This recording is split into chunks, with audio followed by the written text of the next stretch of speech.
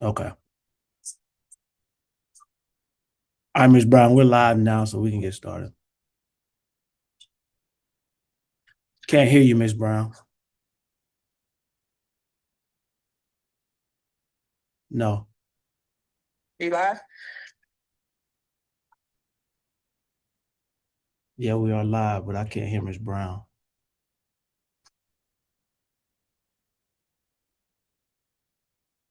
All right, you can hear me through the screen, all right, KP? I can't hear anything. What's wrong with audio? Can you guys hear me? Yeah, I can hear you because I came back and I can hear you. Okay, so it's just Ms. Brown. We can't hear. You might have to log off and log back in. And then join from the workplace app option, not the browser, because that's what happened to me. And then that's when I was able to hear.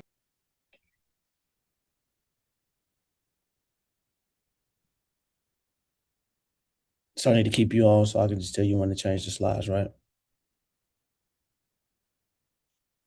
Ms. Kirkpatrick? Yes, please. Okay.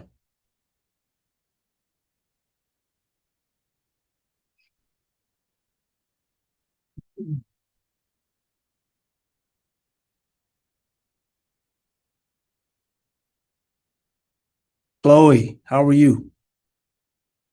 Hi, I'm good. How are you? Doing well. Good to see you this evening. Good to see you too.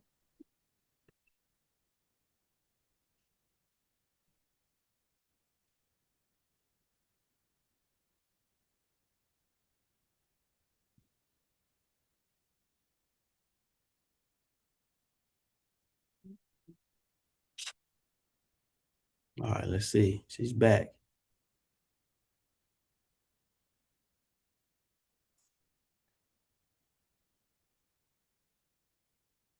Still no volume from Ms. Brown. Okay. Ms. Sarang, are you our co-chair? Ms. Bryant has script. Can she read it? Ms. Bryant, you have the script. Is she in? Ms. Brian.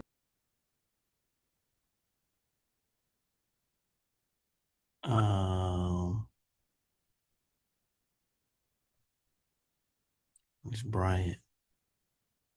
Do I see her in here? I don't see Ms. Bryant on here.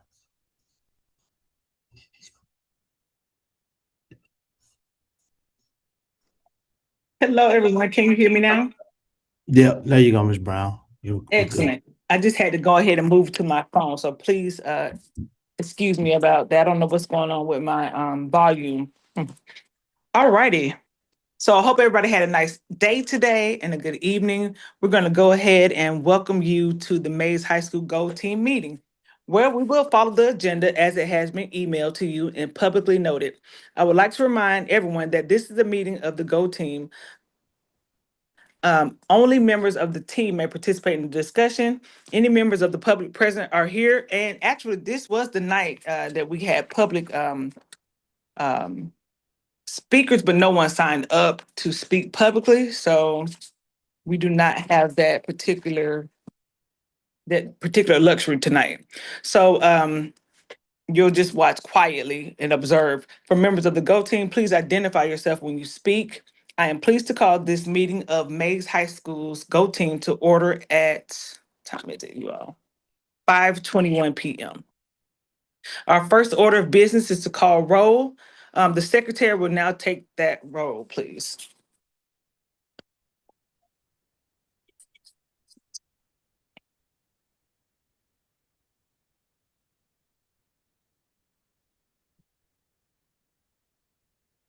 Are we ready to go ahead and take the roll?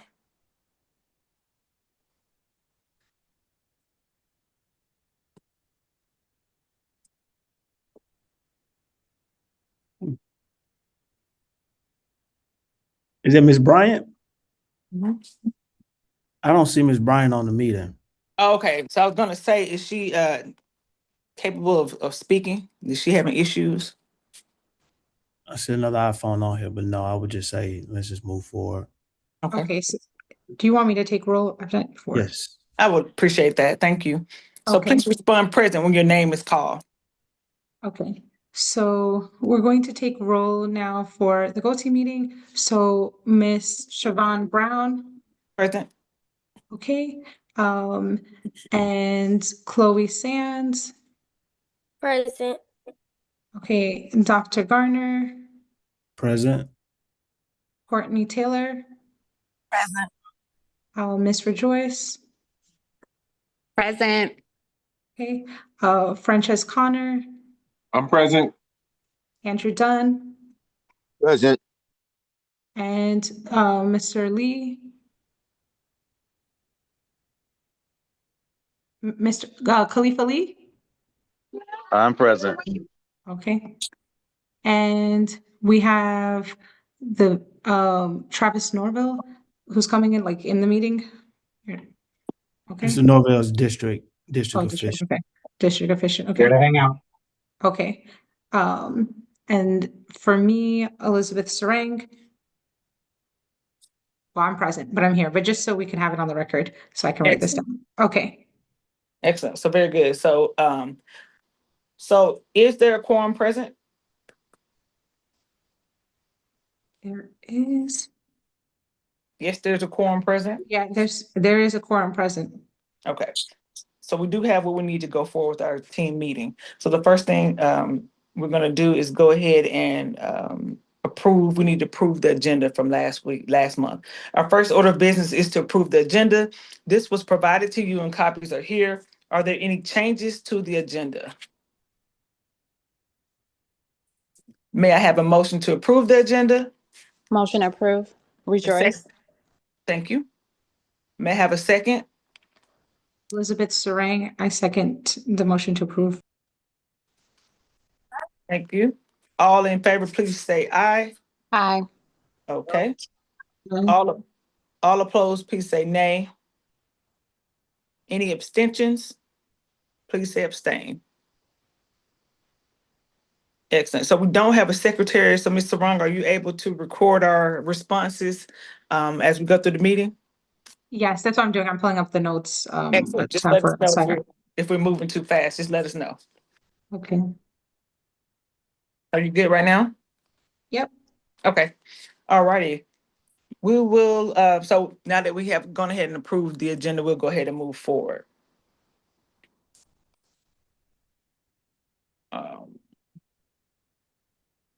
We will now move to the discussion items on our agenda. All right, next slide. They didn't approve the previous minutes. Oh, I'm sorry. Can we go ahead and approve the previous minutes? Like I have a motion to approve the previous minutes. Elizabeth Sarang, Motion to approve. motion to approve. Who was that? That was the speaker? Was that Mr. Dunn? No, yeah, that was Mr. Dunn that also seconded it. Okay. Okay, the minutes have been approved, so we can go ahead and move to our discussion items on our agenda. All right, good evening, everybody. A little confusing today, but all good. We are where we need to be. And so we're at the next phase of our budget process. In the timeline, it's just recap. Step one, we had to finalize our strategic plan and rank our objectives. For step two, that was a district-wide budget allocation training. Step three, we had principals had discussions with associate superintendents about our budgets and any shifts and changes we may recommend. And then now today we're at the feedback meeting for this process. Next slide. All right, so again, we are for FY27, fiscal year 27, it's our strategy and budget alignment. So we want to look at our strategic resource allocation to support student outcomes. Next slide. All right, so here's the work, right? We have kind of taken the old format that the strategic plan was in, made some shifts to it to reflect what our new template looks like and our new kind of subtopics and objectives or initiatives, if you will. So again, always at the top is our mission. We kind of cleaned that up, changed a few words around in our vision. And then this will be our plan that will take us from now into 2030. So, goal number one was by 2030, the CCRPI attendance will increase by 3% per year to improve from 50% to 62% by 2030. By 2030, Mays High School will be maintaining a steady 92% graduation rate for each graduating cohort. I'll skip two. Two was by 2030 EOC results for students scoring developing, proficient, and distinguished in the areas of biology, algebra, U.S. history, and 10th grade literature will increase by 3% annually, beginning in FY27. And four, I already read. Three was our college and career readiness index will increase by 3% per year to improve from 49% in 2026 to 61 by 2030. And that's all of our AP scores and our CCRPI attendance, IB scores, in the pathway assessments, pathway completers, all of that work, leads into our readiness. And then 5 was by 2030, the out-of-school suspension rate will decrease from 0.1 per year. Will decrease by 0.1 or a tenth per year to improve from 1.5 to 1 by 2030. And we spent a lot of time really talking about, what we are doing specifically under each topic. We are strengthening our instructional core. We voted, we said, hey, we want to increase graduation rate. We want to increase percentage of students showing proficiency in milestone courses. We want to increase the percentage of students reading at or above grade level as measured by our CCRPI readiness indicators. Under we are caring for every child, implement a whole child system of supports. We wanted to utilize flexible learning tools as well, sparking student curiosity. It's to increase the percentage of students who complete pathways in CTAE, fine arts, and world languages. It was also to increase percentage of students earning high school credit in AP, IB, and dual enrollment courses. Under strengthening our team, we want to retain and continue to develop high-performing faculty. We want to build teacher capacity to support an increase in mastery for students.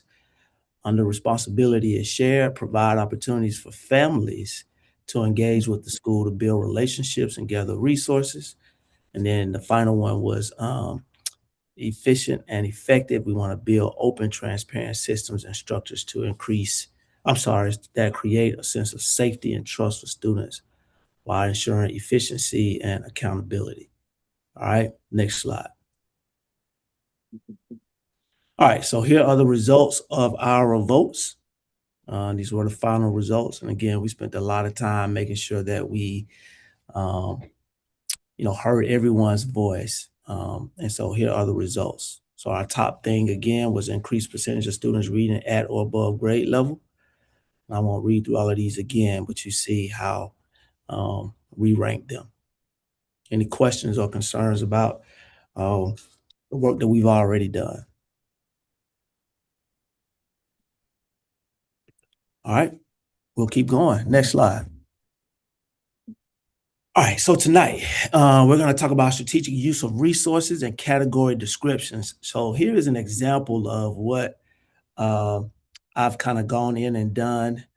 This is an example slide. You'll see I was on the actual next slide. But I want to explain this to you so everyone is clear on what it is you're looking at and what the recommendations are that you will see. So for our focus area, and this is an example under, we are sparking student curiosity. One of the objectives would be to increase STEM integration. And this, again, is an example. The resource would be a K-5 science lab materials for $10,000. And then you could kind of say, what you're doing is to ensure we have the appropriate supplies for students to complete project-based learning opportunities. And then, what are you doing to achieve this goal? And you can see that it says which focus area is the objective aligned with, what objectives does it align with, how much does it cost, and then why. All right. So essentially what's going to happen are the objectives that we've kind of ranked at the very top. I'm going to show you what I'm recommending, that we do to hit those goals, and then how much it's going to cost in the budget. Does that make sense? All right, next slide. All right, so for us, we said number one thing we wanted to do was under the area of we're strengthening our instructional core was to increase the percentage of students reading at or above grade level, and we want to increase our graduation rate. Now, there are other things that we will do to make sure. Okay, Ms. Brown. To ensure that we hit these goals, but primarily here's the resource. So we will continue to fund a media specialist, and you'll see what that'll cost to the budget. And again, these aren't people's salaries. This is, benefits included, but this is how much this, counts towards our budget on an average. So every media specialist in the district at high school costs the same against that school's budget. We're also going to continue to fund a graduation coach when we talk about increasing graduation rate. And of course, grad rate is not just what students are doing in the building every day. Of course, those students have to be supported and need to pass all of their courses and fulfillments to graduate. But graduation rate also has, high school students who may be on a dropout list is trying to make sure that our documentation is right as it relates to those kids. Can we find them? Can we support them? Are they in school?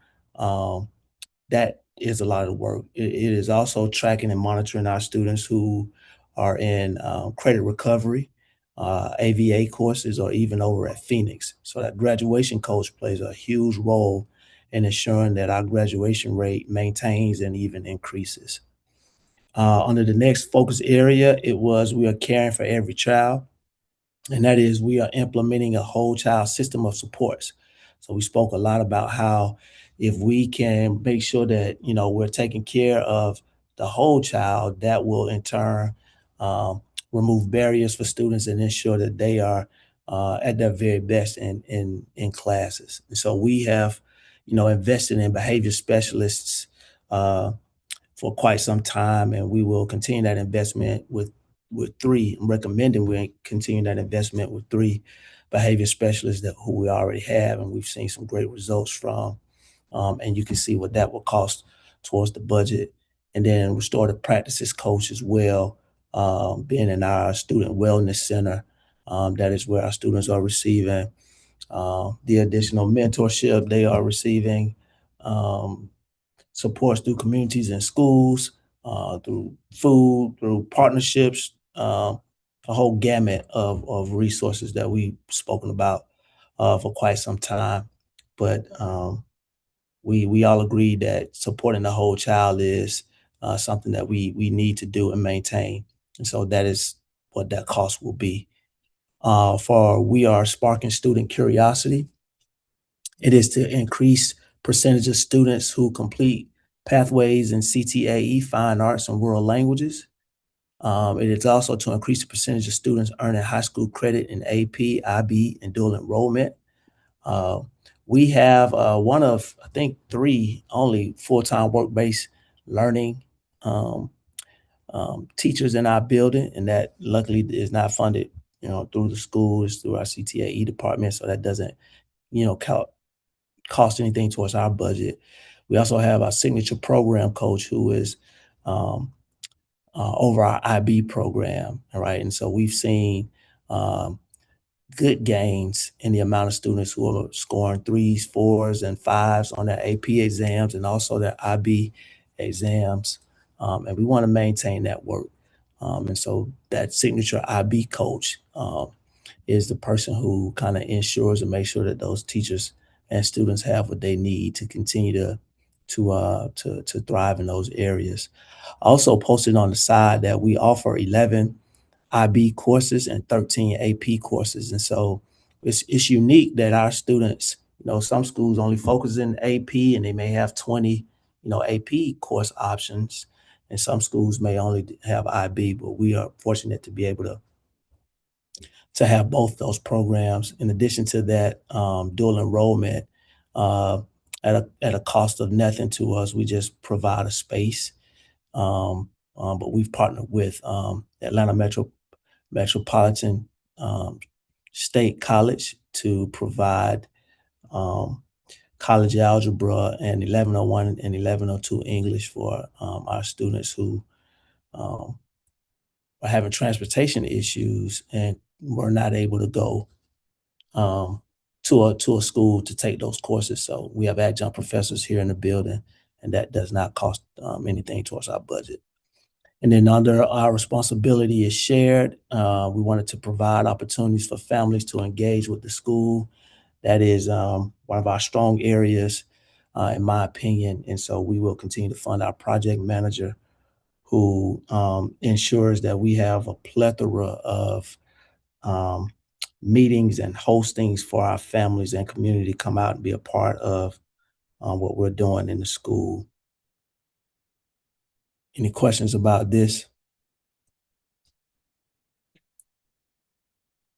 No, sir. Mrs. Brown, did you need to jump in?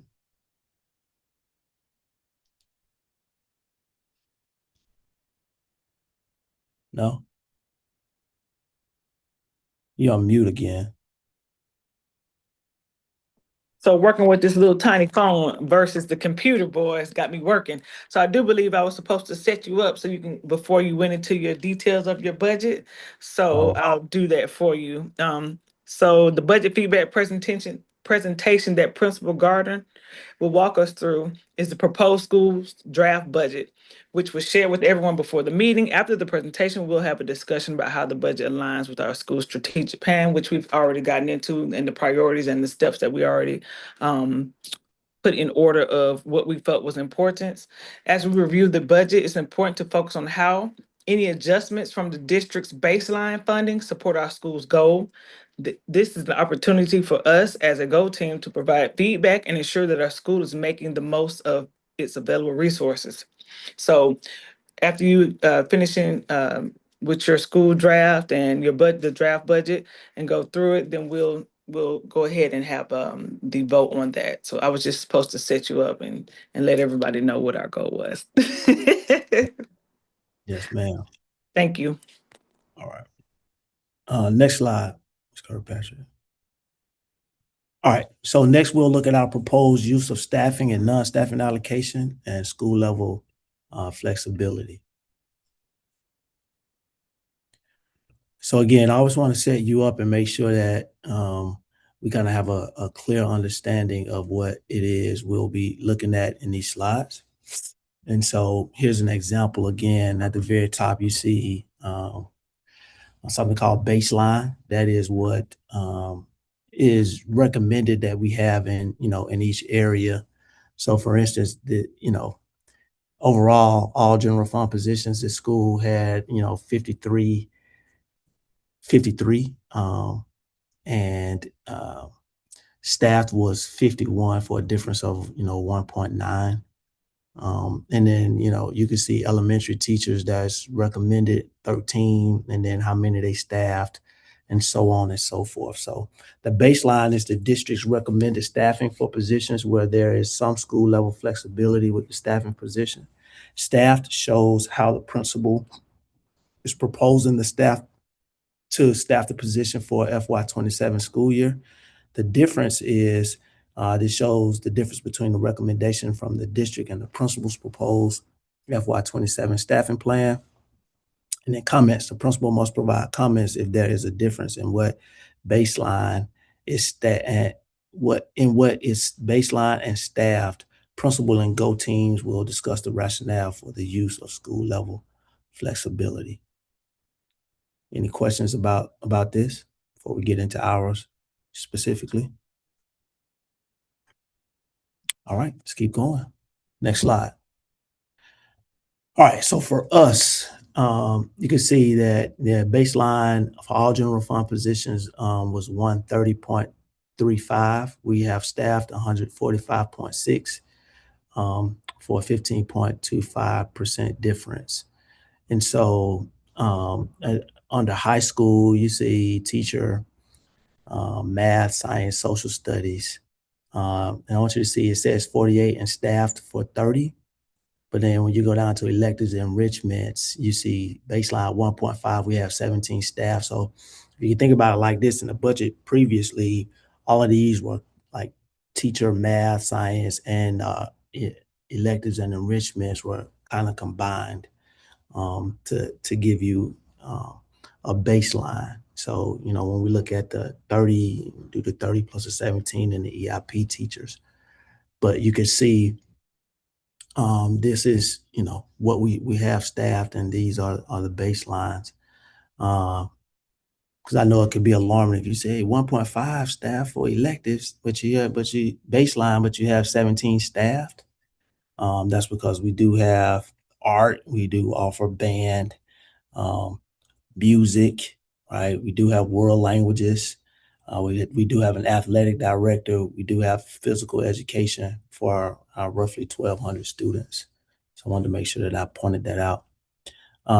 Same for CTE, JRTC, and special education. Those are, there's no flexibility for principals in those. Those are allocations that are given to us by the district. So there's no way to take that up or take it down. Next slide. Same for, you know, the first number is paraprofessionals, 13 and 18. Again, special education paraprofessionals. We also have, you know, paraprofessionals that we use for other areas in the building. Some for, you know, non-instructional aid, but no, taking away, but positions such as to assist in hallways, to assist, you know, students who have one-to-ones, or assist, you know, inside of the classrooms. Again, ISS monitors as well. It's kind of like a non-instructional aid. Those are positions that we use to support our hallways and support with some of the discipline that we may have. For school administration, it's 10 and 13. We gotta have a principal. We have 2 additional assistant principals, school clerks. For student and school support, this is 18.85 and staff is 28.6. So we have, you know, 3 counselors. We went down from 4 to 3, went down from 2 graduation coaches down to 1, you know, went down from 4 instructional coaches down to 2. So the supports are there. Any questions about anything that you're saying?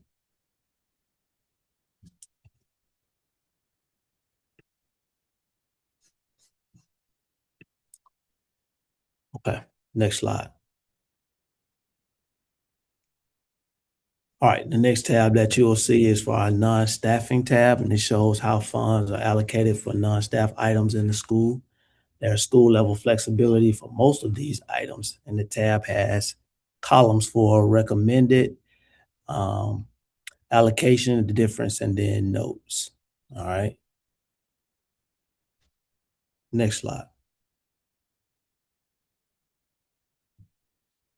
And so in our reserves right now, remember our enrollment is projected to drop, you know, pretty significantly. We had, you know, last year about 1,300, I think it was 1,320 that was projected, and we fell short of that. I believe we ended up at like 1,258. And so our projection this year is 1,199. And each student, you know, it costs about, it's not $6,000, but it's 5,900, whatever the rest of that is. And so that's a significant loss in the amount of staffing the amount of students that we have, which causes us to have a deficit in the amount of funds that we have. So, you know, in our reserves, there's $193,517. And we'll talk about, if we are able to hit our projected enrollment, how we would utilize those funds. But the next columns are custodian overtime, which is something that wasn't funded through school budgets anymore. I mean, previously, but they are now. And you can see what is recommended and what we actually allocated. School resource officer overtime for all of the events that we have here at Mays High School. We weren't able to put $10,000 in that funding, but again, if we hit our projected enrollment, then some of those reserve funds we would be able to use and spread out in these areas if need be. The only other areas that you can see supplies recommended 59,000. You know, we didn't have that amount of funding to put there, so it's a significantly lesser amount. But you see, we did have funds for knowing our school and how we've had to use funding before. Dues and fees for instructional staff, dues and fees for administrative staff, dues and fees for signature programs, which is a big one. We've had to purchase a lot of the supplemental programs that we use. Light Sail, Formative this past year, which I know the district bought Mastery Connect, but we got it kind of late after the school year started. So we were really using Formative a lot. I don't know if we'll keep Mastery Connect or what our assessment platform will be next year. I know I've been told that we definitely will have one from the district level, so that will save us some money. But there are a lot of other subscriptions that our teachers request and need for their students. And so we want to make sure that we have the funding in place for that. And then other stipends for, for staff. One thing that, in a high school is always, you need extra time with students. So after school tutorials, things such as Saturday school, being able to compensate staff for, I just lost my train of thought. We have, department chairs that the district does fund, but we also added PLC leads or people who can run the PLCs outside of the department chairs because they can't make it to every PLC. And so that's been a system that has bode well for us. And so being able to compensate those people somewhat for that additional work that we ask them to do is vital and a part of, why we've been able to be successful in some of those areas. And then the other columns that you see, the academic stipends are what the district funds for us, fine art stipends, so on and so forth. There's no flexibility around that. So those are there as well. Next slide. All right, and so you can see this is our budget by function. Just kind of looking at the pie graph at the bottom for instruction, 71% is, into instruction, which is our teachers and staff, and pupil resources was 12%. And you can see the breakdown. Some that's kind of difficult to see. Any questions about, our recommended budget or anything that you've seen thus far?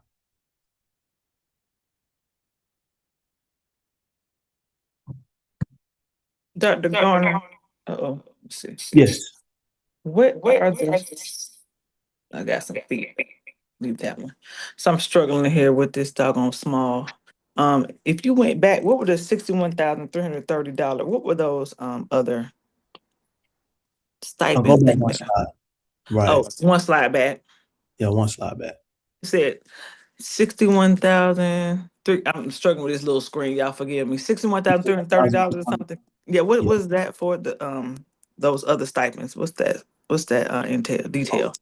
Right. So the district gives us, I believe it's 5 department chair stipends, but of course we have world languages, we have PE, we have other departments, ROTC. So what I recommended and what we've been doing the past 2 years is having department chairs in all of those areas. And I believe the department chair stipend is $2,000. So we added an additional 5. So you have one for, math, science, social studies, language arts, and I forget what the 5th one is, but I've added a ROTC department chair, PE department chair, fine arts department chair, because those departments need oversight. So on our Sacred Tuesdays, when we have department chair meetings, or when we're having our extended leadership team meetings, those are additional people. And because now we only have 2 instructional coaches, and we have our assistant principals, we also have PLC leads. And I believe we pay them a $1,000 stipend to be a PLC lead. So for all of the different contents that we have, let's say math, you have algebra, you have geometry, we have algebra 2, we have pre-calculus, we have calculus, right? We have to have individuals who are trained to facilitate those PLCs. And so we ask them to come back early over the summer, and we instill in them, kind of like we do department chairs, to facilitate the PLCs, make sure that we have agenda meetings, make sure that, the grade books are up to par, make sure that they're taking back the information from our expanded leadership team meetings. And so, for each content area that we have, there's a PLC lead, and we pay them a $1,000 stipend to do that work. So that Got kind of adds up. And then, like I said, when we, want to do Saturday schools, which we do, every month, when we want to do additional after school tutorials, I believe in, making sure that we compensate people for the extra time that they're given if we're able to do so. Got it. Thank you so much. Okay.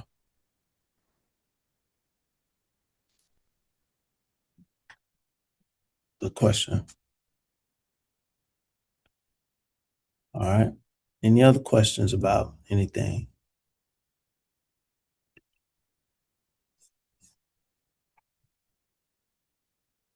Okay. Okay, next slide. All right. So overall discussion of reserve funds. This is the recommendation right now, but as we saw, preferably we're able to hit our enrollment. Hopefully we're over our enrollment projection. Then we would be able to fill in some of the other gaps, like I said, around SROs or materials that we may need. But overall, next slide, I can show you what we would use the reserve for, and it would probably be around, an additional ELA teacher or an additional science teacher to kind of make sure that we are maybe even able to offer an additional reading support class for any students that may be struggling in that area, to help push our goal around students reading at or above grade level. And then also around increasing our students in the area of science, which for the past 2 years, we have had really good growth in biology, but it's not just about biology. And there's a district initiative around being able to offer more advanced science positions. In high school, the more advanced classes you offer, a lot of times those teachers are what we like to call singletons, and they aren't, because it's maybe only one of them. Like, we only have one AP calculus teacher, right? And so being able to invest in possibly an additional science teacher would allow us to be able to offer more advanced courses for students who are in a situation that they are prepared to take those classes.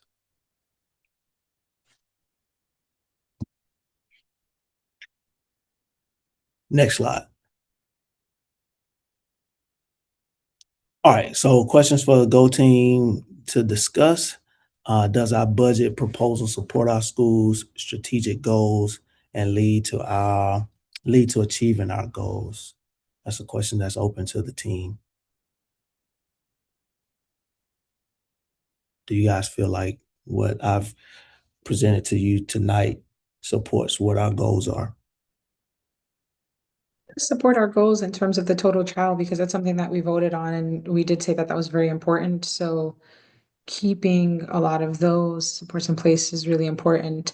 And then I know we also mentioned about the graduation rate, that was something really important. Now with the AP classes, I saw that like we're looking for more addition to that, right? Is that what I was understanding? No, How would that, Is it Yeah. and also, is it possible for us to go back while we discuss the questions? Just make sure they line up. Yep. Like, it's hard to. Yep, we can go back.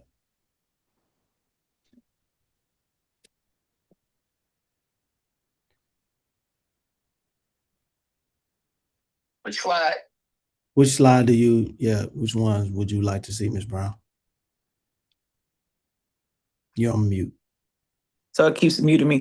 But probably the first one that you were talking about for, let me see. Let me see, is it this one? So yeah, the recommendations on here and then the baseline and then the differences maybe, because you were talking about AP teachers.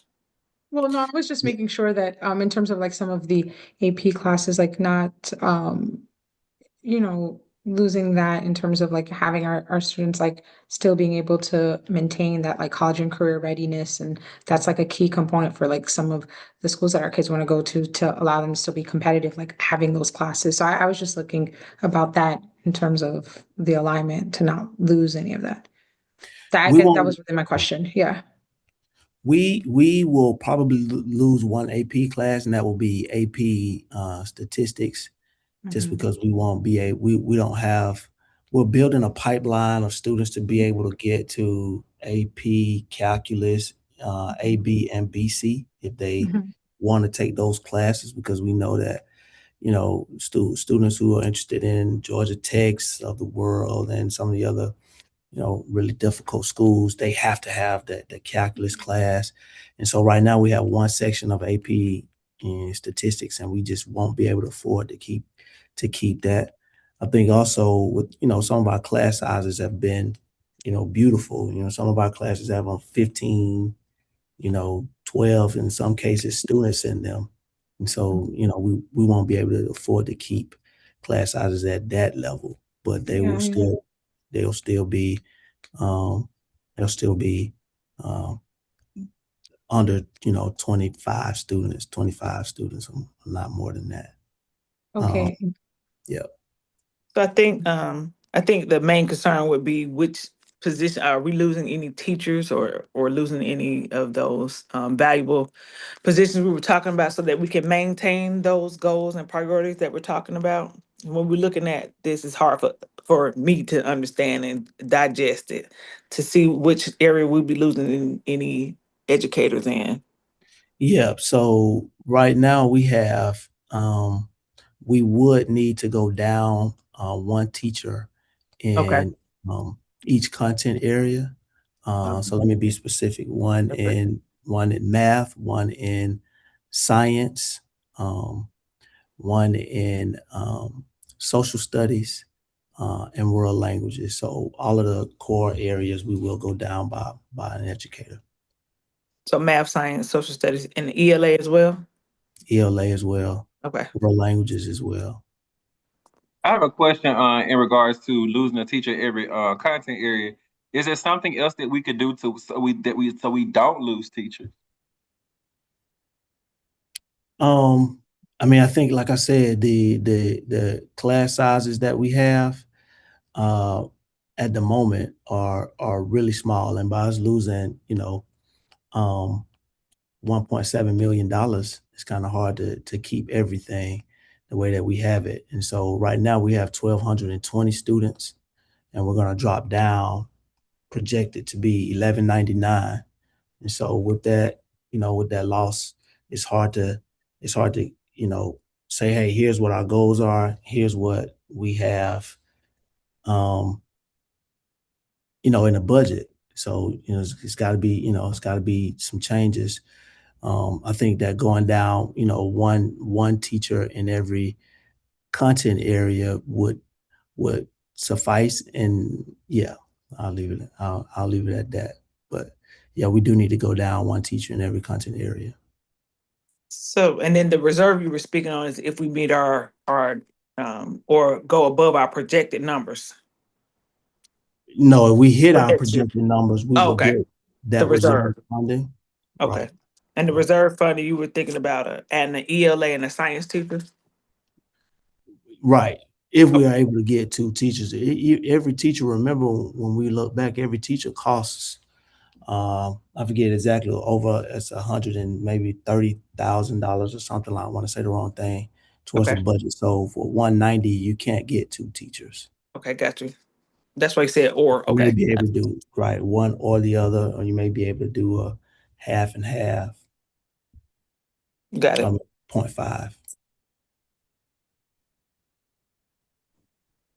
Principal Garner, thank you for sharing the budget, and I'm really sorry because I feel like this has been happening to a lot of different schools and school districts as they lose their budget, and these are just things we can't foresee. Moving forward, though, is there a plan by the district? And since Travis is on the call, maybe he can speak to this.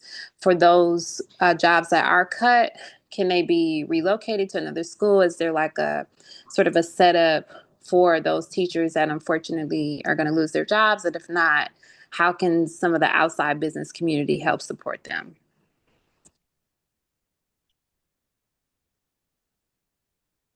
So I think a little bit, Dr. Garner, but each year, hopefully you can hear me okay.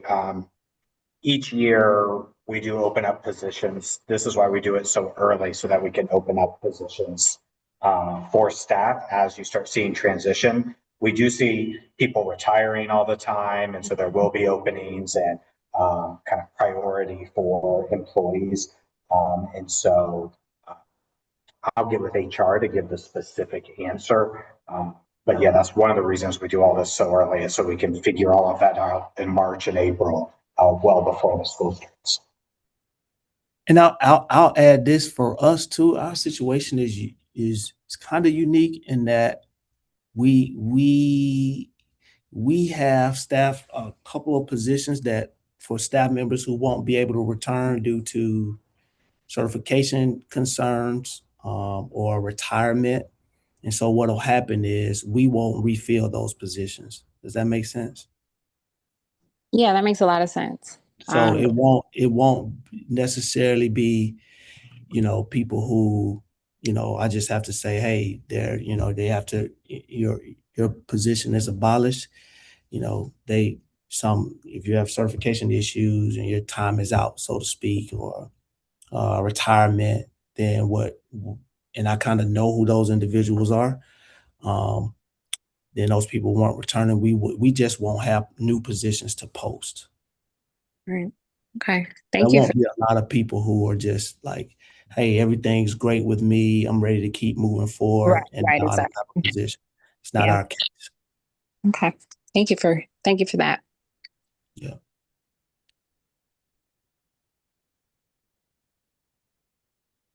Good questions. All right. Back to the questions. A couple more slides over. All right. So any more discussion about that first question? No, sir. All right. Next, if new positions, resources, or programs are being added, what data or feedback supports these changes?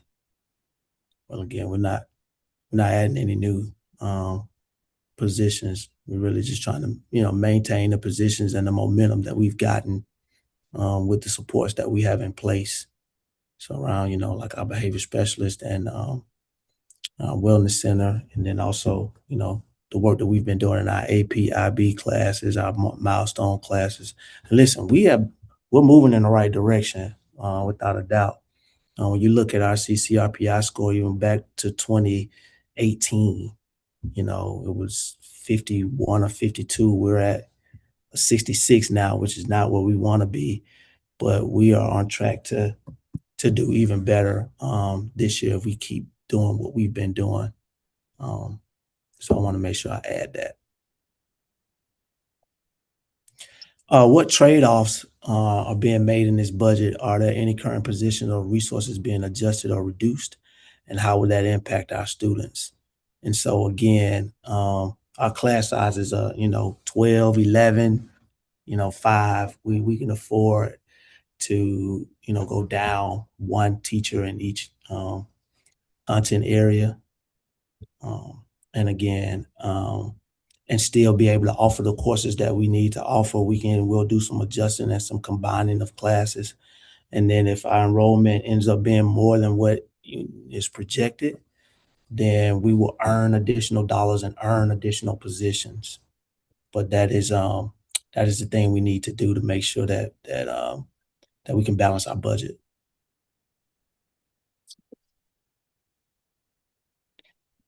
And then if we're sharing staff positions, nurse, counselor, teacher, how this affects school support and service, we're not sharing any positions whatsoever.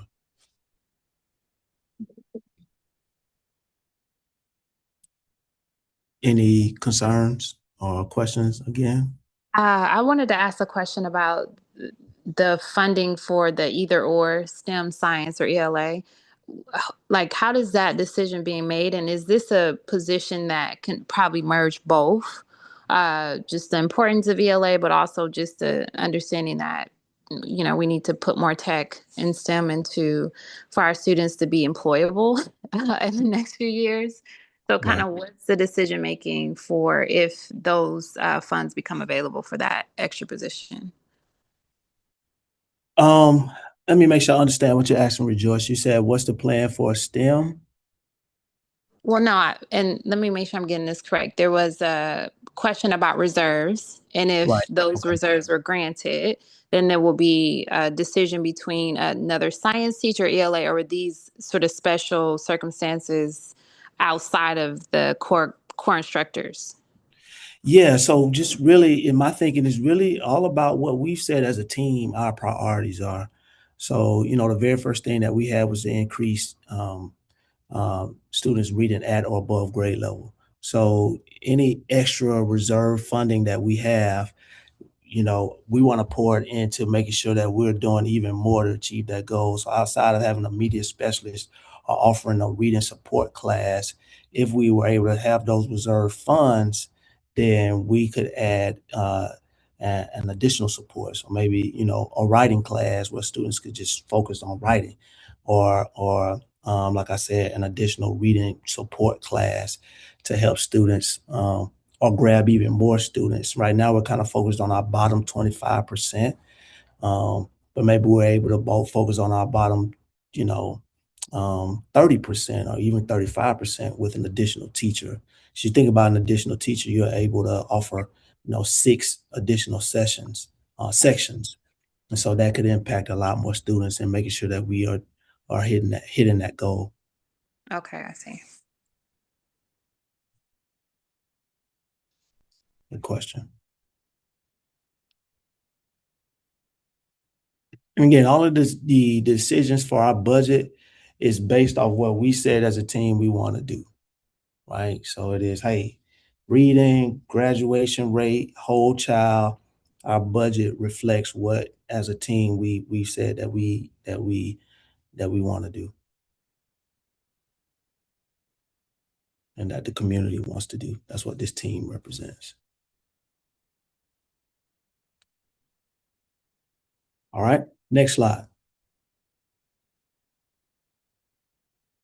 All right, so our action. The Go team needs to take action or vote on the proposed budget after Ms. Brown, I think this may be you. I'm sorry.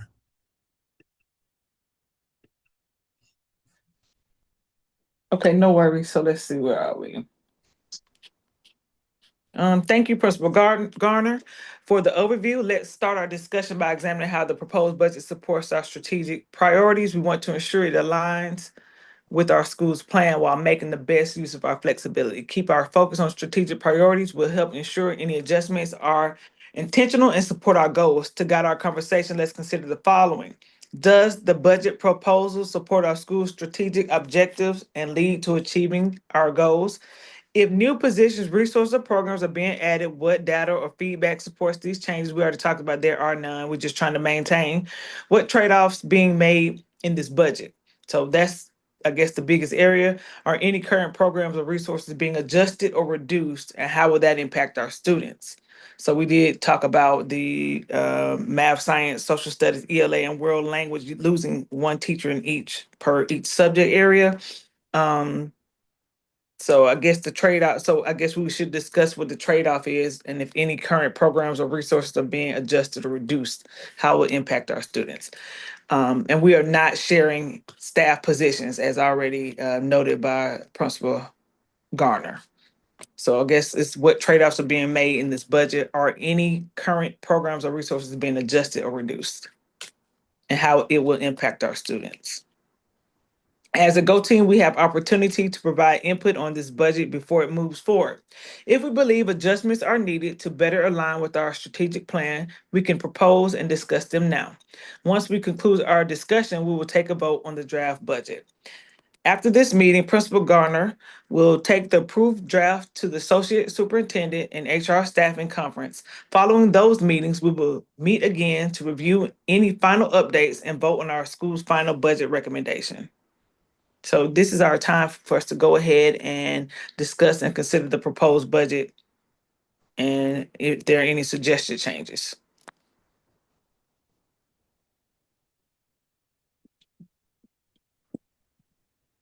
Just like, Um, oh, sorry, Rejoice. You can go. Yeah, I'm sorry. No. Go, Elizabeth. Go.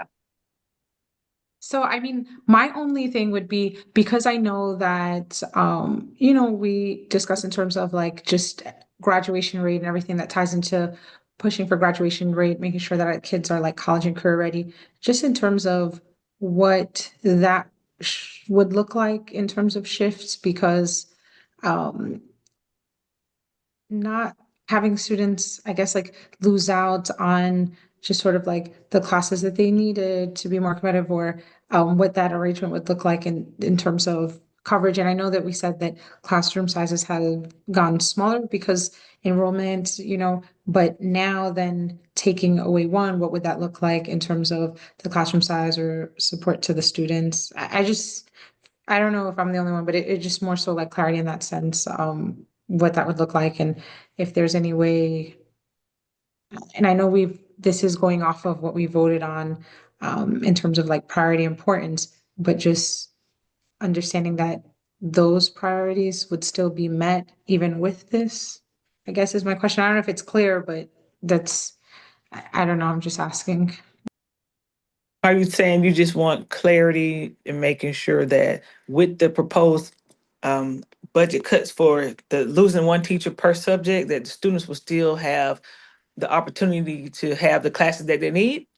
Yeah, and still remain on track and have the support, and what like how that would look like, like when I think in terms of like, ELA, like what would that look like, is since this is something that we're pushing forth, and also because they have the new EOC is in 10th grade. So then what would that look like in terms of losing teachers within like these, because if it's one per subject area, then you have EOCs in every one of those. So what would that look like?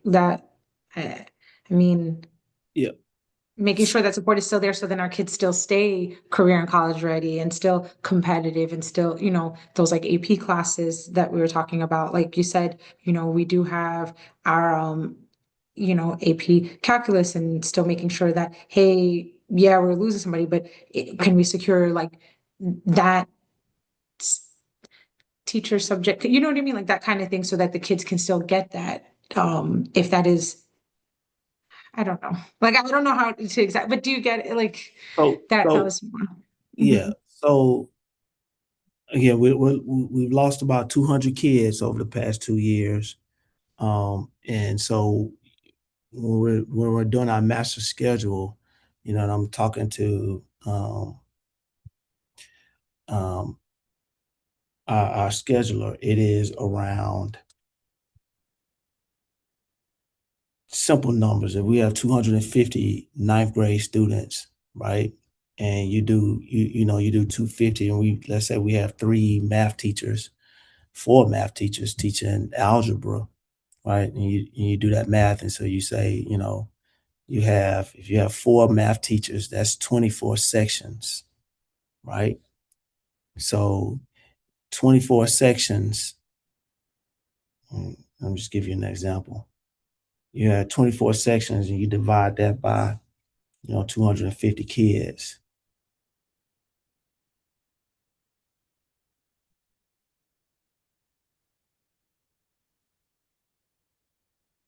You're looking at 10 kids per class, okay?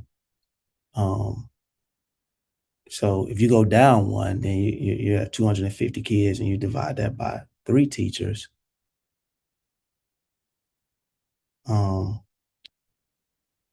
250 students divided by 18. then you have 13 kids per class. So the numbers still bad. We can't afford to have, you know, this overage amount of teachers for this less amount of students. I think that the states, and I could be wrong, I think it's 28 students per class. So again, most of our classes right now we don't have many classes over 15 or 20 students at all. So, you know, we would collapse a couple of sections, right? Where you have 12 and 12 here, you should have 24 students in the class, which is still, you know, it's a luxury to have 10 kids in a class or 12 students, but we simply just, you know, can't afford to maintain that. So we won't lose any sections or anything or any classes that our students will need to graduate. Okay. Now, Mhm. hopefully I did a good job of explaining that. If I didn't, I'll try again.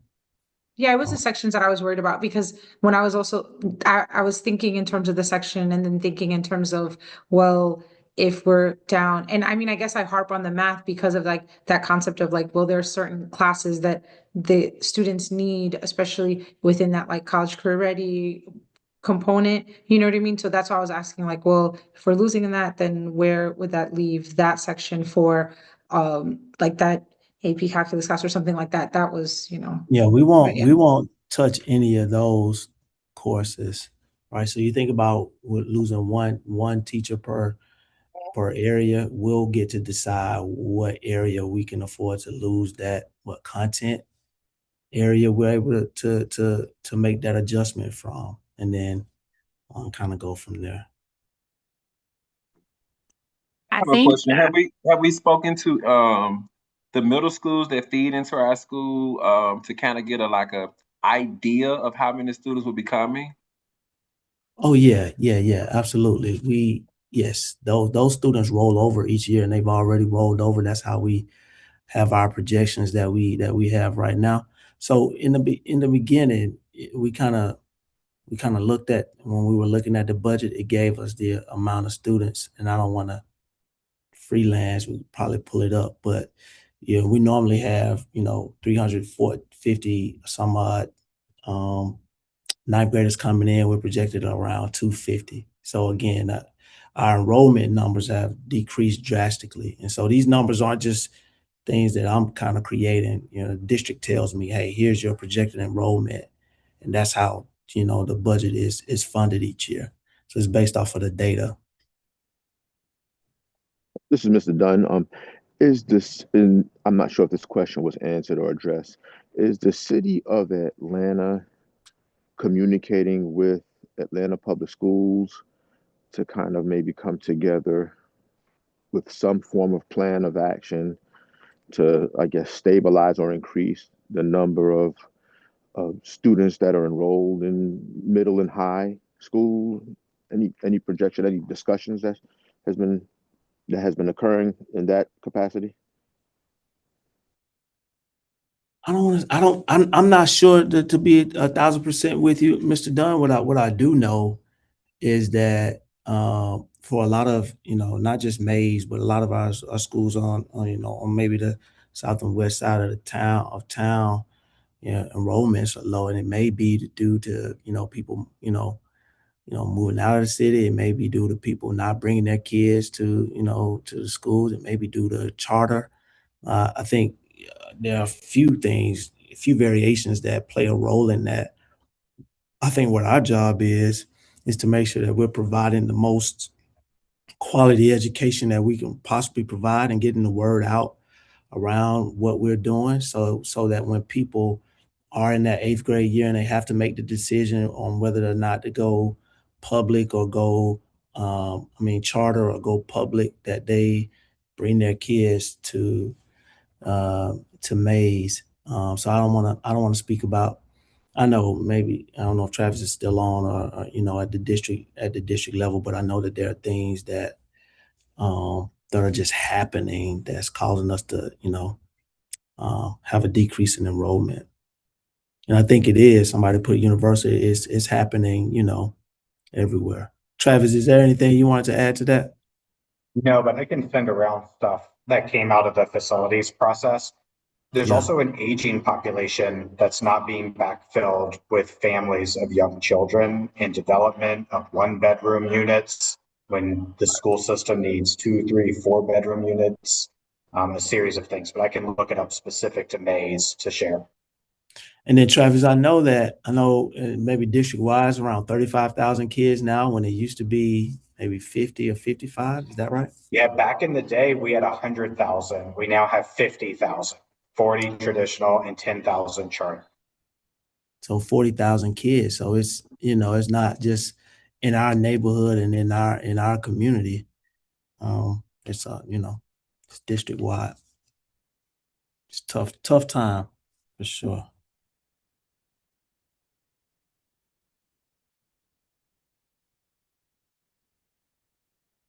But Mr. Rain, we won't this work is about kids, so we're not gonna, we're gonna make sure that we have the classes that our kids must have to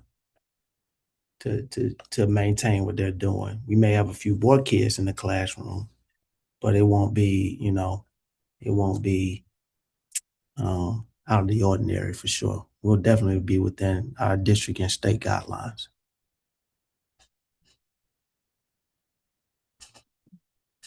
Yeah, I think so. Oh, okay, I'm sorry, but I just wanted to make mention of the comment that's in the chat from, this is D Hall. I think while the students are in middle school, some officials from the high school can contact parents and let parents know that you're looking forward to seeing students at high school level or at high school. Yeah, it's a great point. I mean, I think last week, 2 weeks ago, I got the data from, my direct supervisor on how many students that we have in charter school currently. And currently we have between 9th and 12th grade, roughly 100 kids that are zoned for Mays in charter schools. And then there was another population of kids who were in 8th grade. We actually created flyers, postcards, mailed it out to those families. We invited them out to our night, the curriculum night about 2 weeks ago. And we had a pretty decent turnout. It wasn't just for those families. It was also for our families to come and learn more about everything that we have to offer. And we actually got some verbal commitments from some of the families and kids who were, rising 9th graders from this past year. But trust me, we are shaking all of the trees, so to speak, to make sure that, families know who we are, and we're reaching out to them and having those events and inviting them in and welcoming them in. I mean, I think some of the other events that we're having, the brotherhood summits, the sisterhood summits, the things that we're doing to reach out into the community are important. And I think that that's working at some level. But it's really hard to tell until the school year starts and you have the students in the seats. So I do know that we had a couple of counselors. I believe the registrar went over to Young today as well to try and speak to students and let them know that we're waiting on them and we're excited about them coming. So we do those things. I know I've done one myself where I go over to Young and we let them know what we're offering and talk to the parents and the students. So that is something that we do. Mr. Garner, are we going to have an opportunity? I don't know, what the level of approvals we have to have, but I know KIPP Collegiate, which is a high school, is closing year end. Have we reached out to parents that are in that school as to where their kids are going to be going? And can we do that without it being, I don't know, what the policies were? I don't think KIPP Collegiate High School is closed. I do know they're losing 2 schools, but I think it's a middle school and an elementary school. Oh, if it's I'm a not middle and mistaken. elementary. Okay, I Yeah, thought it it's was the elementary collegiate. KIPP school. Soul and not the high school. Okay, I thought the high school was closing as well. We're blessed to have Travis on. Travis, you can school us on all of that. No, you're right. KIPP Soul, so K through 8th grade, and all of our elementary and middle schools that are in the zones where those parents live have already reached out to those parents and are holding fairs to get them to come back to our elementary and middle school. Okay. I do have one more question, and and please forgive me. But I'm still stuck on losing teachers, and I hear the data and everything. But I also know that we have prepared. We've kind of prepared a lot of money for leaders with department chairs, PLC leads, and so on and so forth. And I'm just wondering, if we're losing a teacher per content, who are these people gonna manage? This is kind of I want to ask, because there's 2 people on my team, then. If I end up on a team and it's just 2 teachers on my team, and then the other person is the department chair or the other person is the PLC lead, then who, it's just 2 people having a conversation. It's just kind of interesting. I'm just trying to figure out, I'm just trying to figure out a way that we could save as many teachers as we can. Because I know, being a classroom teacher, what it's like, yes, some class sizes are small, but then you do have other class sizes where you may have that 20-some students. So just kind of thinking about that, as a teacher, and what that looks like being a teacher and how that contributes to the climate of the school. Absolutely. I mean, it's a fair question. I think that, we $61,000 in for the additional stipends that, definitely can be moved, but that wouldn't purchase an additional teacher. You got to think we have right now 11 ELA teachers. We would go down to 10. Right. We have, something like 11 math teachers. We would go down to 10. We have, 8 science teachers. We would go down to, 7. So again, if that impacted your team, if it was the 9th grade team, which I don't think that it would, yes, we would go down to, to 2 teachers as opposed to 3. Well, 9th grade, that it wouldn't happen in 9th grade. So let's just say it's one of the grade levels with the lesser amount. Let's say it's 10th grade. Then in some cases, we have teachers who teach more than one content area, right? And so, we don't want to give teachers more than, 2 preps. And in most cases at our school, we only have maybe a handful of teachers who have more than 1 prep. But like right now on 10th grade, for 10th grade ELA, we have, McLeod, Smith, a day, right? Well, Miss Aday only has 1 section of 10th grade lit, and she's teaching like a senior course, and then she's teaching like a newspaper course, right? So there is some we can't afford to keep doing that. So we could collapse that, and then and again add a few more teachers. We may lose a newspaper course, but that could be a club that we could do after school, and still get that need fulfilled. But they're just moves that we have to make, because we just can't afford to keep it like we have it.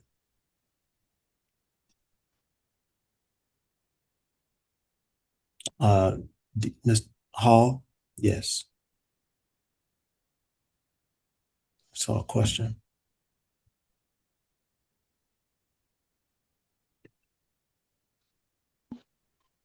Can you guys still hear me? Yeah, we can hear you. Miss. Yeah, we're just waiting on him to come off mute, I think. Okay.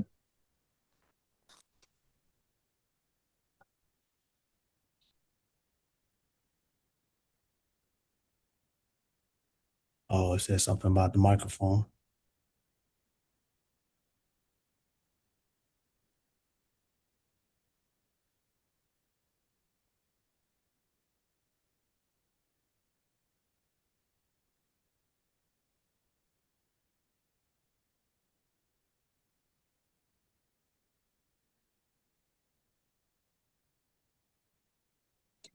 Okay. Yeah, go ahead.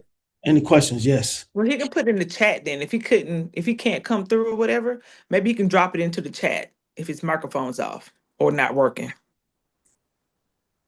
Principal Garner, I was just gonna thank your team and all the teachers for pivoting. It is a national problem, but I also think it's an opportunity to invite the business community, the local business community, to sort of push in.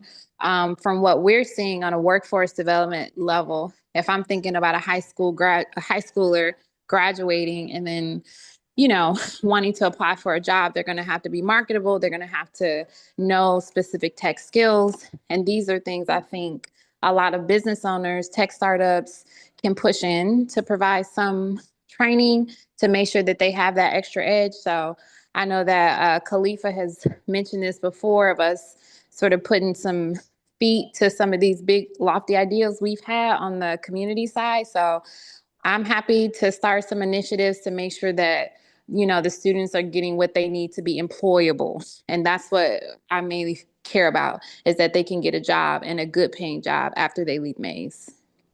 Right. That's right.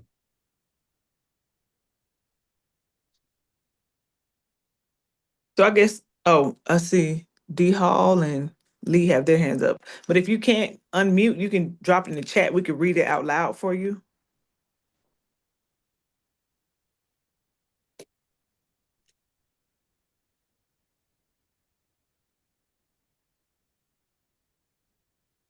He says he's trying to do his microphone. You can continue. Okay, Mr. D Hall, drop it in the chat. Mr. Lee.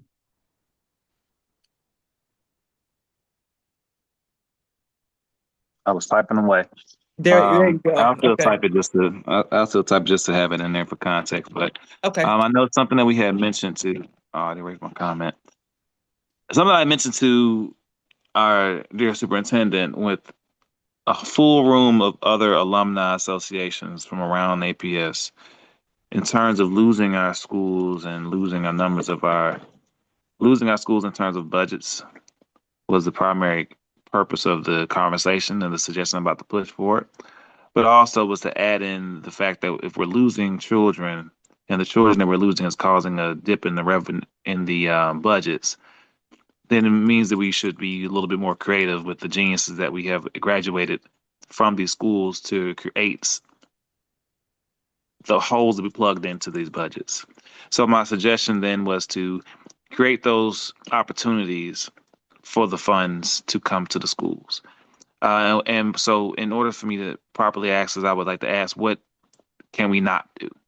And saying, what things are we not allowed to bring to the school? What offerings, what opportunities are we not allowed to bring to schools? Because as far as I'm concerned, if funds are being taken out of the school because we have to pay for power, we can put some power generating tools on the schools, and also train the school students to be able to learn how to build them and operate them, and the purpose of them, because these are industries that are growing worldwide, and Atlanta, let alone United States of America, is just starting to catch up.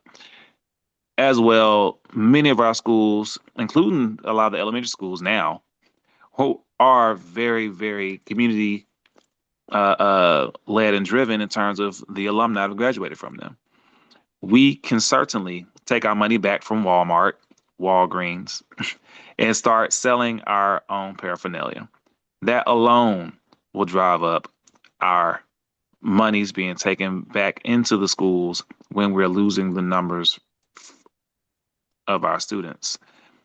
Coming up with some more creative avenues to bring in funds is something that a lot of us as community members, and especially working slight government, have been pretty advantageous in our positions to be able to access these things. And even if it comes to grants, because we do have a math and science based school, even though the magnet is no longer there, it's still a STEAM based school, we can apply for grants to allow our students to access certain funds to take on particular activities on behalf of the school, to give funds to the school for the school to do anything else they want to do other than just the project that's there. Like, there's so many things that we can do. So my question is, thoroughly, what opportunities can we not bring to the school, or should we not be looking at, so that we can be sure to know who and what we can bring, what offerings we can bring, and what we should look out for versus what we just can't do to empower and monetarily empower our schools. Khalifa? I'm sorry, who just asked that question? That was Yeah, that was me. That was Khalifa. Okay, Khalifa, this is Rejoice again. I know this is a Garner. I'm just jumping really quick to say I am so happy to help you execute that. And so just like as the next steps and for us not to pontificate, I'm happy to do the next steps, set up a meeting with Ms. Kirkpatrick and actually execute. So you already have my vote to move forward on what you're saying, if that's what you want to do. Okay. And Khalifa, yep, I think you mentioned some good things. I'm definitely not in a position to speak to, for our superintendent, but I think that, any ideas or things of that sort, companies, organizations who have, a sound plan that may be able to help us reduce costs in those areas, I think it's worth a listen for sure. And even if it, started at my level, and then, maybe the associate superintendent level, and, and build momentum up to the superintendent, or maybe it starts at that level and works its way down. But I think it's having a solid plan, getting with those partners and kind of seeing how something like that could make sense and be maybe phased into what we do at schools. Also, I was, uh, made a mistake here, and I wanted to make sure that I spoke to this because I didn't mention. I mentioned the teachers, but we also are reducing down. We have 5 non-instructional aides that we will, and I think because I've already spoken to these individuals, but we won't be able to continue to fund as well. So it'll be not only the teachers, it's the non-instructional aides that we have, a business manager, and then 3 clerks. So my apologies for leaving that information out, but those are also positions that, we will no longer be able to fund. You said the clerks, what, like all clerks? Which clerks? Any particular No. specific clerks? Yeah, so we have we right now have a luxury that each, assistant principal had a clerk on the hallways that we won't be able to continue to fund. So not all clerks, but and when you're doing this, it goes by seniority. We had 1 clerk to retire, so it's really not 3, it's 2. But we'll in total reduce down 3 clerks. So the ones with the least amount of tenure would be impacted. So we're losing 6 teachers, 5 non-instructional aides, a business manager, and 3 clerks. Right.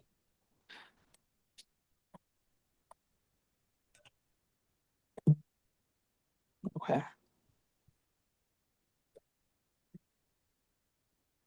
And just to kind of close it, because I think someone asked me a question about what I mentioned, and also responded to you, Mr. Garner, Dr. Garner, at the same time. I would be fine with us being the prototype to showing APS and the states as a collective whole how we can get this done. Many private schools have been taking up the charge and doing this on their own. And we can have a further discussion on tactics, research points, and industries that we can pull into this conversation to make something like this happen. And we can probably also get started with before the year is up. The question is really, like I was asking, what are we not allowed to do? So we can start with a conversation and kind of move from there, because as far as I'm concerned, money out there, money is out there, and it's not going nowhere. We have to just learn how to funnel it properly into our vestibules for our access, so we can do more with it for our schools. Yes, sir. Thank you for that. So Dr. Garner, we still will have a business manager. Right. Okay. Yes. But we're losing one.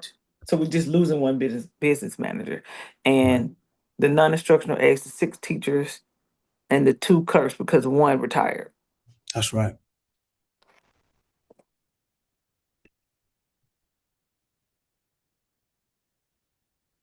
All right. So the questions, I think those were the main questions. We were concerned about the positions and how they were best with losing these positions, how we'll still be able to support our students and the priorities that we picked.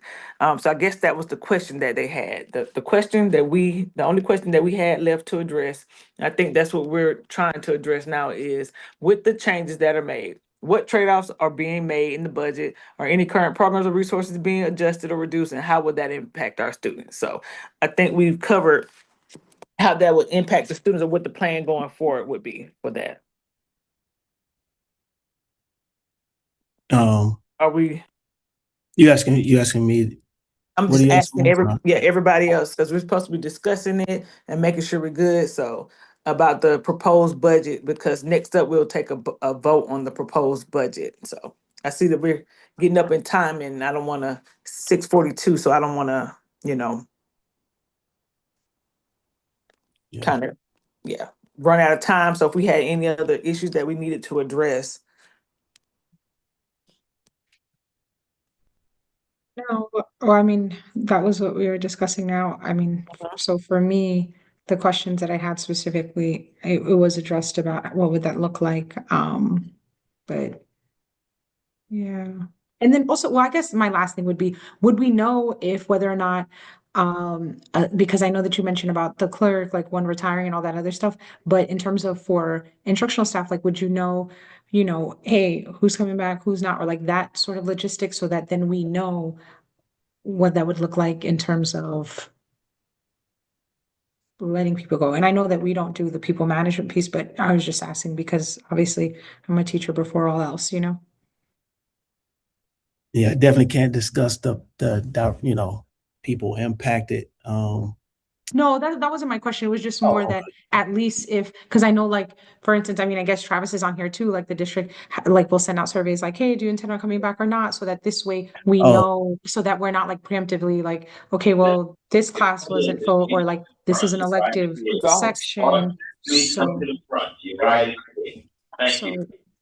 Yeah, that this way it's like, you do you see what I'm saying, Dr. Garner? So that this Yeah. way it's like, okay, so we can then restructure, and it's like, I don't know, like people's like livelihoods and stuff, Yeah. Anybody who says they're not returning, of course, if we're losing a position, then that would be that person, and it wouldn't impact anybody else that's already in the school. But in other cases, like I said, certification is the first.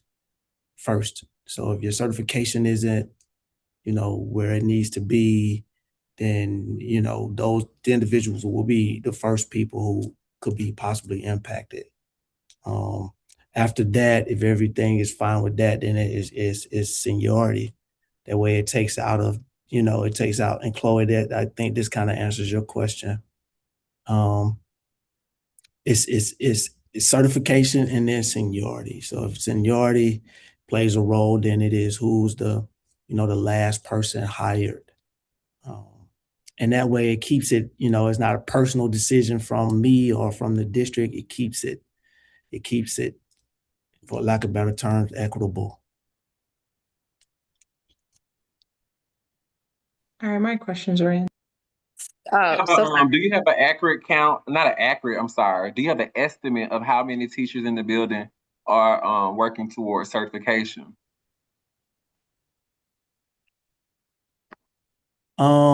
I don't have that number in front of me, no. I know that we had quite a few though. Yeah, that's what I was thinking. Yeah, like the most in the district.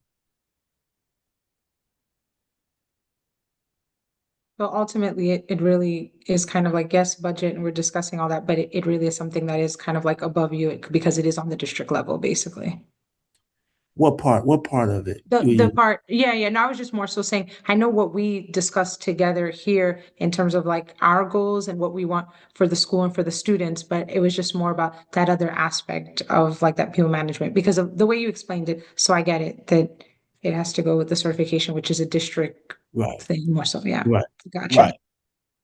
I did have a question. Is that when you talk about seniority, is that in the district, or is it in the school, or is it in the position? The You know district. what I mean? In the district. How many years in the district? In the district, yes. Yep.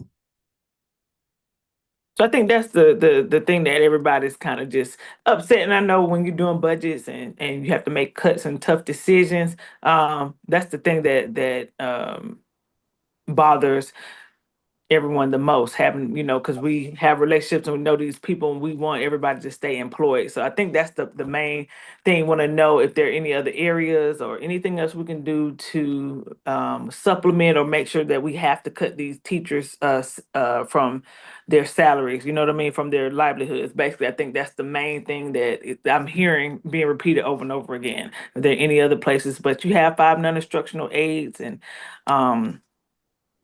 so I guess that you've cut from where you felt that you could with the business manager, the clerks, the non-instructional aides, the 6 teachers. So I guess the main thing we're hearing is this is what you feel has to be done to make sure that we meet our goals and priorities.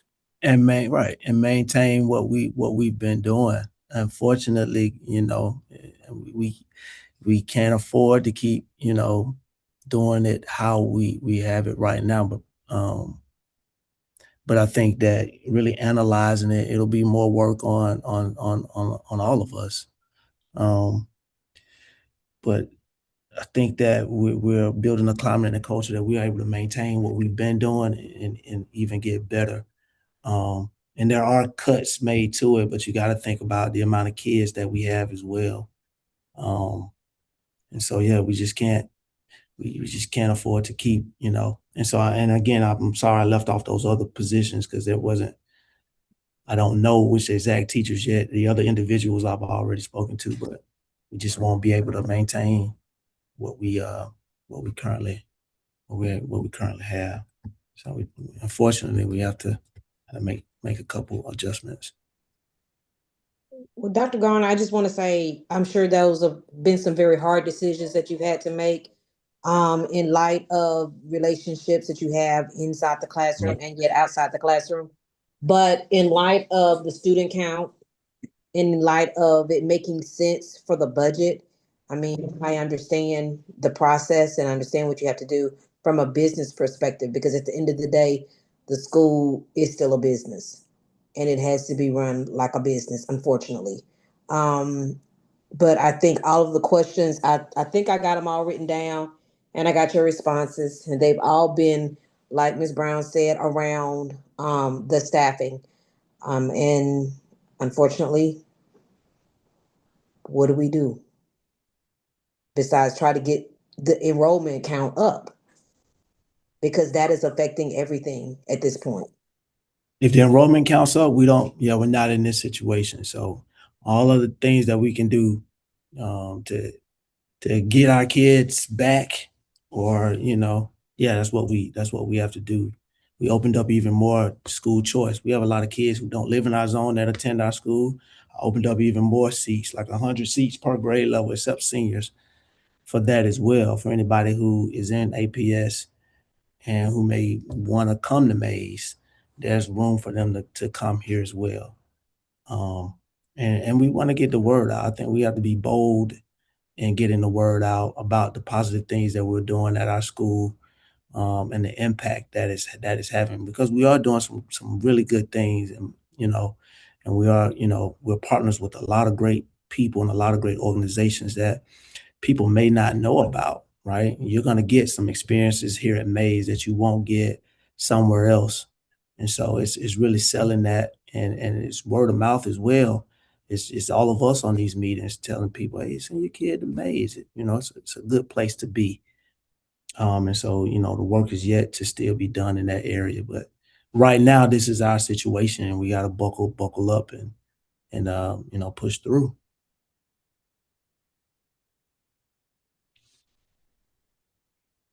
Okay, thank you, Principal Garner, for sharing this information. I will now entertain a motion to approve the draft budget. So this is our draft budget. We've talked and discussed about our priorities to see if they match, and now it's time for us to entertain the motion to approve the draft budget.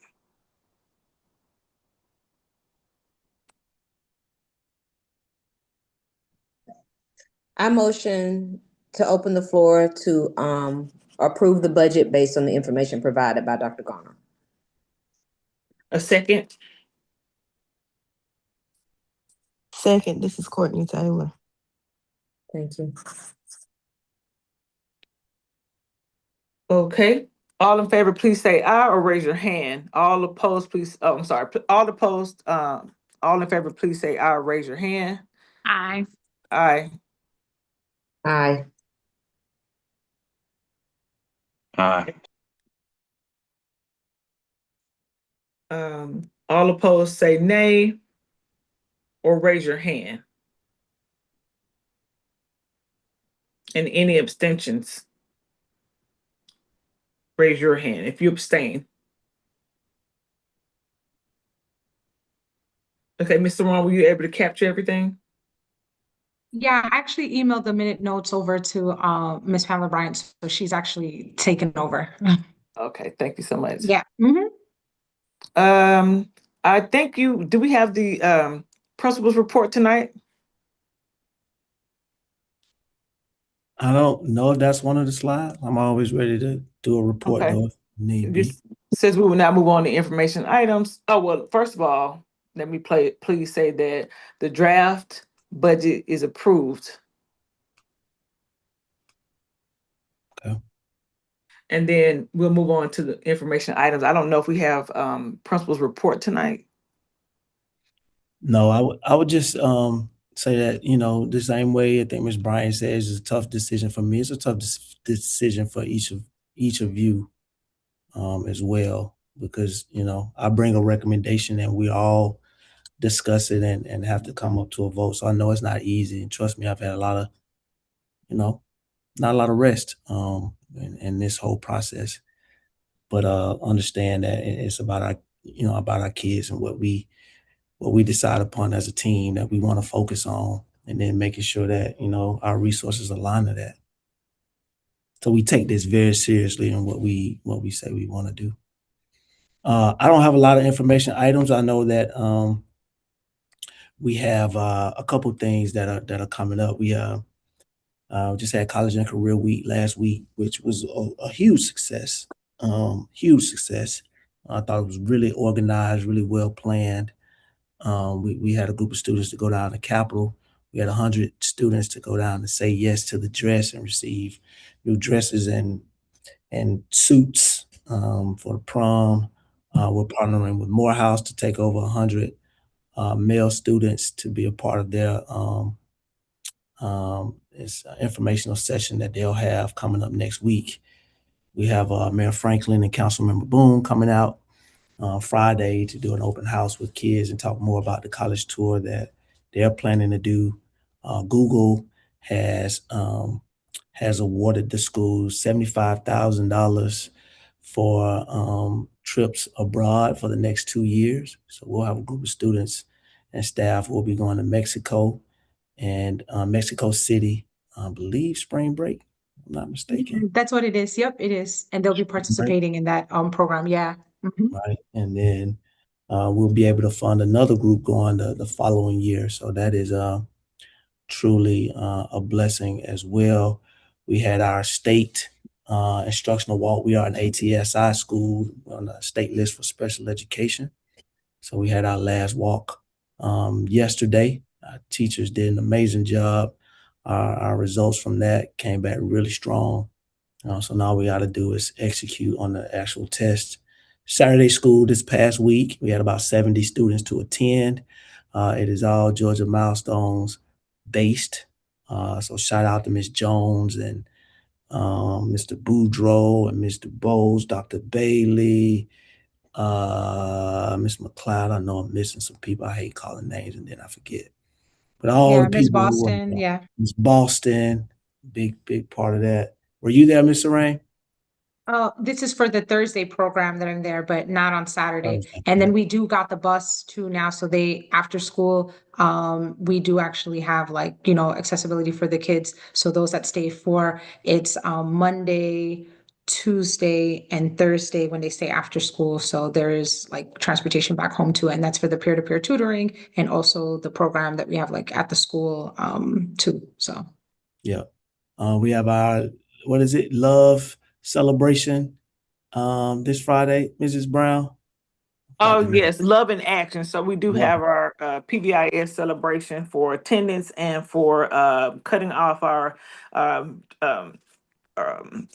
behavioral issues, we've done a great job with that. So those students that have not had any OSS, no more than 1 day of in-school suspension, and have had perfect attendance from the time period that we've chosen, we'll be able to come into the gym and play the games again we have going on. We're supposed to have a portable photo booth there for students to come in, take pictures, have a little fun there. We got line dances set up. We have some food, some drinks. So hopefully we'll continue to push the message that coming to school is fun. We need you here, and we'll celebrate those that are in line and doing as we've asked them to do. So that'll be fourth period on Friday. And we're asking the teachers to go ahead and support that. We've seen a lot of Black History doors and decorations, and we're asking the teachers and students to wear brown with shades of pink and red to continue to support and push the message that we're building our culture and we want positive and love spread.